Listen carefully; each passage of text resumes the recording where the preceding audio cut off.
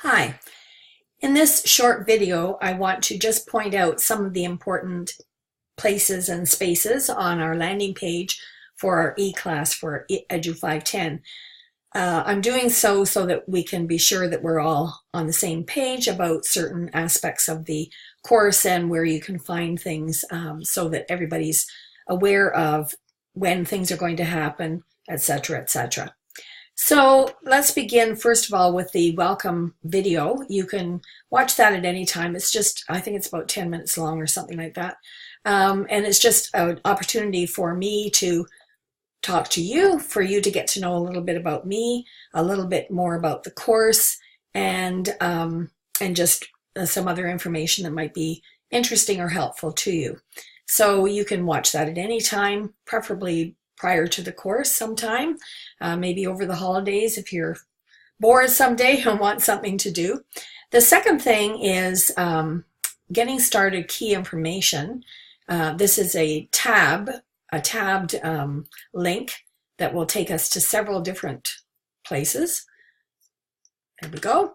So we have the course syllabus and key dates, and you'll notice that they're either in color or in black and white, but they're exactly the same same file for syllabus and the key dates. Depends on what you want to run off, for example, or in some cases somebody might be colorblind, and this will be an opportunity for you to be able to see it clearly. So all of that is information that you need to become familiar with, and that will be very helpful to you. Required readings are here as well, so that when you, other than the text, which is the 6th edition of Creswell, and in this case it's Creswell and Guterman, so this is the newest edition of this text that we've been using for a while for the research course.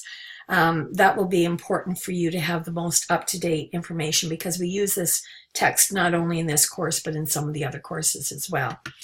Any of the other extra readings are listed here, so either there's a link for you to copy and paste into your bar up here and get it that way, or you can just simply hit the link and you'll be able to get to the reading. And those are listed in the syllabus and also in the modules on eClass, so that you'll know what's coming up. All right. In addition, there's introductions, and this is all in this beginning section. And I would really appreciate it if you would just go in, read the kinds of things that you might want to include in your introduction, and just introduce yourself to the class and to me. Most of you will know each other in some way or another already, maybe from other courses or perhaps from activities in your school board, but I don't know any of you. So at least I don't think I do. So this would be really helpful for me to get to know you a little bit more and to become acquainted with some of the interests that you have and so on. In the next section, we have news, which is a way for me to correspond with you all at once about anything that's important. So there may be an announcement that you'll all need to be aware of for whatever reason, maybe something about an assignment or whatever. If there is a question that either keeps coming up or seems to be something that there may be misunderstanding about across the whole group or with several of you, then I'll probably respond to that question in this thread. And if there's something particularly fantastic that we all need to be celebrating, then I'll make sure that that information is there as well. So this news section is something that will come to you as an email, but it will also remain in this thread, so that you have an opportunity to go back and look at something if there's something that I've written about and you want to refer to it again. In the next section, we have assignment descriptions, samples, rubrics, and resources. So in each case, you're going to have the assignment described. You're going to have samples if that's appropriate. It isn't always. You'll certainly have rubrics so that you know exactly what's expected of you, and any resources that may be necessary may be listed. And not all of these things will be listed for each one. It really depends on the assignment. The one that will be coming up for you in Module 1 will be the observation of human activity, parts A and B. You'll do part A, and then you'll get the instructions for part B. And I talk about that in Module 1, in the video for Module 1, so you can have a look at that as well.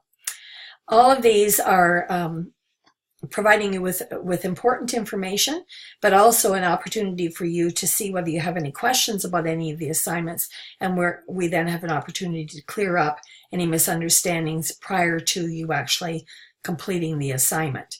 I may be changing this one slightly, not the actually what you'll be doing for this assignment, but I want to change some of the wording. So if you look at this in the next, before Christmas, and then look at it after Christmas, you may see some slight changes, but nothing significant.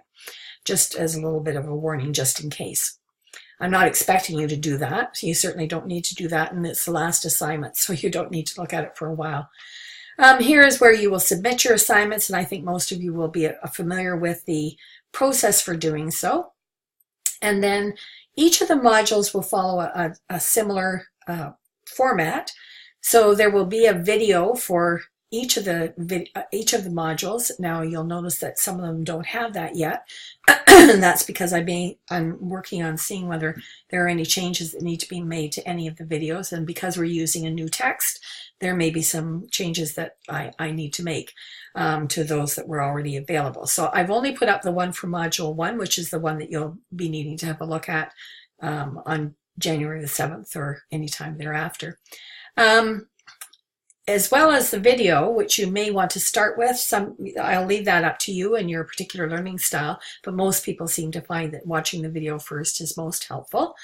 And then you'll go in again to a tabbed button thing, and for want of a better term.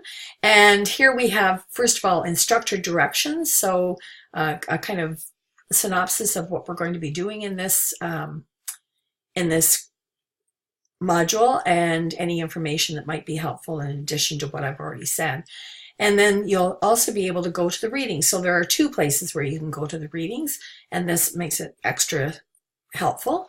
So for Module 1, you'll be reading chapters 1 and 2 from Creswell and Guterman, and you'll also be reading another paper that's written by Creswell that's a little earlier, dated a little earlier, but very important one, that will introduce you to a lot of the different terms that we'll be using throughout the course. Not that you'll be expected to have significant and deep knowledge of those terms, but it will give you a chance to kind of start playing with the language around research. Other than that, you'll notice that there are 6 modules. And at the end, we have course resources, which essentially is related to the APA guides that you will need and that you have been needing for your writing. And this is what I will be expecting to see. And I will be quite thorough about that. So it's something, because it's something that you really need to start coming to grips with if you haven't already. I know many of you already will have. But you will need to know APA 6th edition formatting for your citations and your reference list. So there are 2 resources here. One is the APA 6th edition at a glance and some writing conventions, and then there's also the Purdue OWL APA handbook. Both of these are helpful in different ways, so you can look and see which one might be most helpful. Most helpful would be for you to have your own copy of APA 6th edition, but I know that that may not be something that everyone will want to do. At any rate, that's pretty well everything that I can think of that might be helpful for you to know up front, and you'll become familiar with a lot of the other things as we go along. If you have any questions about any of this, please feel free to let me know, and I'll be more than happy to answer your questions. You can find my email address right at the top of the page. It will also be in the syllabus. And of course, I've already written an email to the group, so you'll have it there as well. So I look forward to hearing from you. I look forward to teaching this course and getting to know each one of you. And I hope you have, if you watch this before the holidays, I hope you have a wonderful rest, a wonderful time of relaxation, a time for getting together with friends and family and having a really good time before the very busy semester that's coming up. So all the best.